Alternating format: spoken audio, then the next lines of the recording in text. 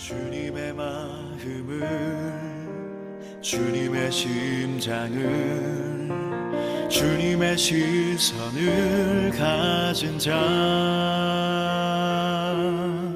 상한 갈대와 꺼져가는 등불을 외면하지 않을 자 누구인가. 주님의 눈물을, 주님의 아픔을, 주님의 애통을 가진 자, 이 땅을 향하신 주님의 마음을 가진 자 누구인가, 누구인가. 주님의 성령 부어주소서.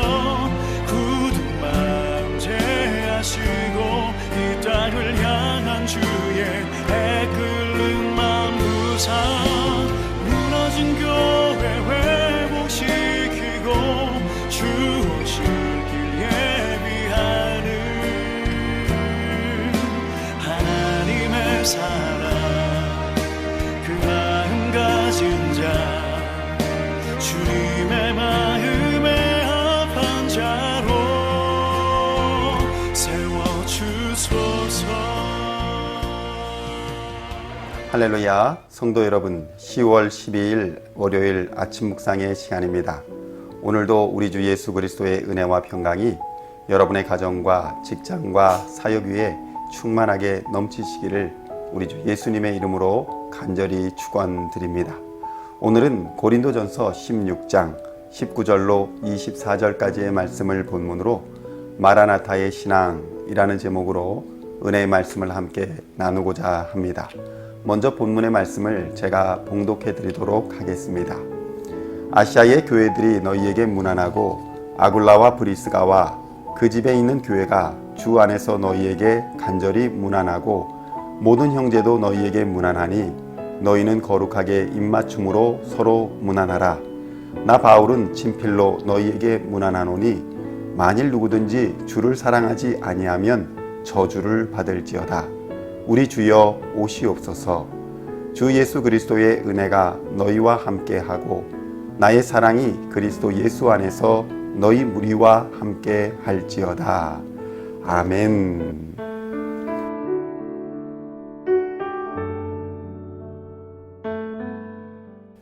성도 여러분, 오늘은 고린도전서를 마무리하는 시간입니다. 내일부터는 베드로전서를 묵상하게 됩니다. 그동안 우리는 바울이 고린도 교회의 여러 문제들을 향하여 은사를 사모하되 사랑이 없으면 아무 소용이 없고 봉사를 열심히 하되 덕을 세우지 않으면 역시 헛된 봉사가 될 뿐임을 깨닫게 되었습니다. 우리는 고린도전서를 마무리 짓는 시점에서 바울의 마지막 권면은 우리가 익히 들어왔던 단어 마라나타라는 아람어를 사용하여 모든 분쟁과 다툼의 근원적인 해결은 어떤 말의 조언과 충고에 있는 것이 아니라 주님의 임재에 있음을 고백하고 있는 것입니다. 마라나타는 아람어입니다. 이 단어의 뜻은 우리 주여 오시옵소서라는 의미로 예수님의 임재를 갈망하는 단어입니다. 물론 이 단어에 대하여 학자들은 미래적 의미로 쓰였다거나 과거적 의미로 쓰였다거나 하는 학설이 나뉘기는 하지만 근본적인 의미는 우리 주 예수님이 다시 오셔서 완전한 하나님의 통치가 이루어지는 재림의 시점이 이 세상에서 완전하게 분쟁과 다툼이 그치고 모든 불완전함이 사라지며 고난과 고통이 그치는 때가 될 것이라는 고백입니다. 그때까지 크고 작은 분쟁과 다툼은 필연적으로 계속될 것입니다. 결국 바울의 고린도 교회를 향한 권면은 우리 주 예수님이 반드시 다시 오실 것이며 그날에는 행위에 대하여 심판이 있을 것이니 우리가 오늘을 살아갈 때에 주님의 재림을 의식하고 살아가야 한다는 것입니다. 22절의 말씀입니다.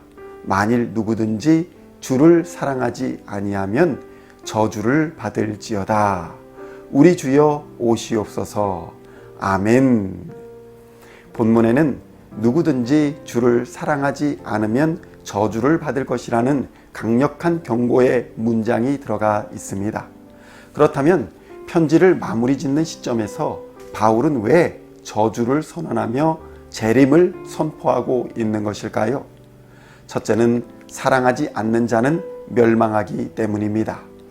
오늘날 우리는 누구든지 유일한 중보자이신 예수 그리스도를 구원자로 받아들이지 않는 자는 영원한 멸망에 들어가게 된다는 것을 배워서 알고 있습니다. 그러나 오늘 본문은 한 걸음 더 들어가서 주를 사랑하지 아니하면 이라는 문장에서 사용된 사랑이라는 단어를 일반적으로 주께 대한 사랑을 의미할 때 쓰이는 아가파오를 사용하지 않고 형제나 친구 사이에서 사랑을 의미하는 단어로서 쓰여지는 필레오라는 단어가 사용되었다는 것입니다. 이 다음에 24절의 사랑이라는 단어는 다시 아가파오를 사용하고 있기에 22절의 필레오는 의도적으로 사용한 것이 분명합니다. 그렇다면 바울이 굳이 필레오를 사용한 이유는 무엇일까요? 그것은 예수님을 사랑한다는 사람들은 현실 속에서 형제나 이웃에 대한 사랑으로 자신의 사랑을 증거해야 하는 사명을 갖고 있다는 것을 의미합니다. 그런데 하나님을 사랑한다 하면서도 이웃과 형제조차 사랑하지 못하고 분쟁하고 분열되는 고린도 교회의 안타까운 현실을 지켜보면서 결국 고린도 교회의 문제는 교회의 분파주의와 세속적인 타락, 그리고 말씀에 대한 오해를 포함하여 이 모든 것이 형제와 이웃에 대한 사랑의 결여가 이러한 교회의 어려움을 초래했다고 바울은 판단하고 있는 것입니다. 바울의 견해로는 이웃과 형제에 대한 필레오의 사랑을 포기한 자들은 결국 예수 그리스도에 대한 아가페의 사랑과 그분을 향한 헌신의 삶도 포기한 것으로 보아야 한다는 것을 의미합니다. 결국 바울은 주님을 사랑한다고 말로 하면서도 형제를 사랑하지 않고 오로지 자신의 생각과 고집을 주장하여 분열과 다툼을 일삼는 고린도 교회 교인들을 향해서 그러한 신앙의 태도가 변화되지 않으면 축복이 아니라 오히려 심판과 저주를 받아 멸망하게 될 것임을 경고하고 있는 것입니다. 둘째로는 오직 주의 은혜를 구해야 함을 권면하고 있습니다. 성도 여러분, 마라나타로 임하게 되는 것은 심판과 멸망이 첫 번째요, 동시에 영원한 생명의 축복이 임하게 됩니다. 마라나타로 그리스도의 재림이 임하게 되면 이 땅의 공중권세 잡은 악한 사탄 마귀의 어둠의 권세와 죄와 사망의 권세는 멸망하여 영원한 심판을 받게 될 것이며, 그날에 주 예수 그리스도의 이름에 의지하여 십자가의 공로로 하나님의 은혜를 받은 자들은 모두 부활하여 영원한 생명을 얻게 될 것입니다. 이는 사람에게 뿐만 아니라 교회 공동체에게도 마찬가지일 것입니다. 성도 여러분, 고린도 교회가 자기 자랑과 교만으로 분열과 다툼, 세속적 타락으로 위기를 겪게 된 근본 이유는 그들이 그리스도인이 된 것이 그들의 지혜와 노력이 아닌 오직 주 예수 그리스도의 십자가로 아무 공로 없는 자들에게 부어주신 은혜로 말미암은 것임을 그들이 잊었거나 무시했기 때문인 것입니다. 결국 부활신앙은 재림신앙과 매우 밀접하게 연결되어 있습니다. 결론적으로 오직 우리 주 예수 그리스도의 은혜와 사랑만이 우리를 멸망과 어둠의 수렁에서 건질 수 있음을 명심해야 할 것입니다. 오늘도 주의 사랑으로 서로를 위로하며 격려하시고 형제 사랑의 가르침을 실천하는 은혜의 하루가 되시기를 우리 주 예수님의 이름으로 간절히 축원드립니다. 기도하시겠습니다. 하나님 아버지 감사합니다. 마라나타의 신앙으로 주님의 재림을 기다리고 소망하며 살기 원합니다.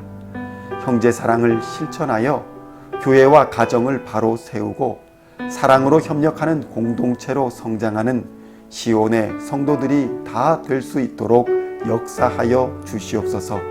예수님의 이름으로 기도하옵나이다. 아멘.